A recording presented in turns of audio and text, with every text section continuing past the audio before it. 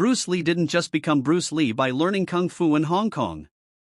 His journey was shaped by challenges, bullying, street fights, and the realization that rigid systems could not protect him in real combat. From a young age, Bruce questioned traditions.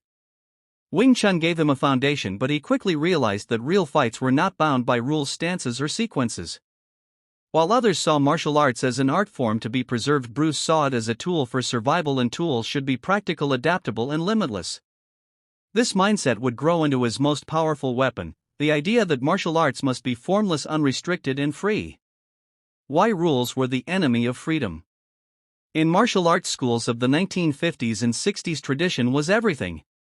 Students followed rituals, repeated katas, and learned techniques that had been passed down for generations. But Bruce Lee asked a dangerous question: what if tradition itself was the enemy?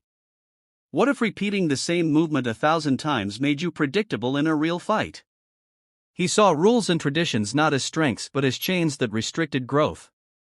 To Bruce, rules made fighters rigid, and rigidity meant weakness. In the chaos of a street fight, no opponent cares about your style. There are no referees, no points, no timeouts. There is only one truth: adapt or be destroyed. Bruce decided that he would never let rules define him, and this realization began the foundation of his no-rules philosophy. The creation of Jeet Kune Do, freedom over form.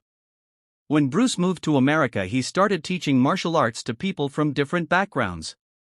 But instead of teaching them just Wing Chun, he began experimenting. He studied Western boxing, fencing, wrestling, and karate. He saw beauty in every system but refused to be trapped by any. Out of this experimentation came Jeet Kune Do, which wasn't a style at all but the rejection of styles. It was a philosophy of directness, simplicity, and adaptability. Jeet Kune Do was Bruce's answer to rules: don't follow them. Instead, flow like water, adjust to your opponent, and use whatever works in the moment. It was the first martial art in history to proudly declare itself styleless because its power came from freedom. Be like water, the essence of no rules. One of Bruce's most famous teachings is "be like water, my friend." But what did he mean? Water takes the shape of whatever container it in. It can flow softly or crash with unstoppable force. It adapts instantly without resistance. This was the perfect metaphor for Bruce's philosophy. A rigid fighter was like ice, solid but breakable. A no-rules fighter was like water, untouchable, ever-changing, unstoppable. Bruce's ability to move between techniques, to switch ranges, to strike and defend in ways that no one expected, all came from this water-like mindset. He trained his body to be fast, his mind to be flexible, and his spirit to be unchained.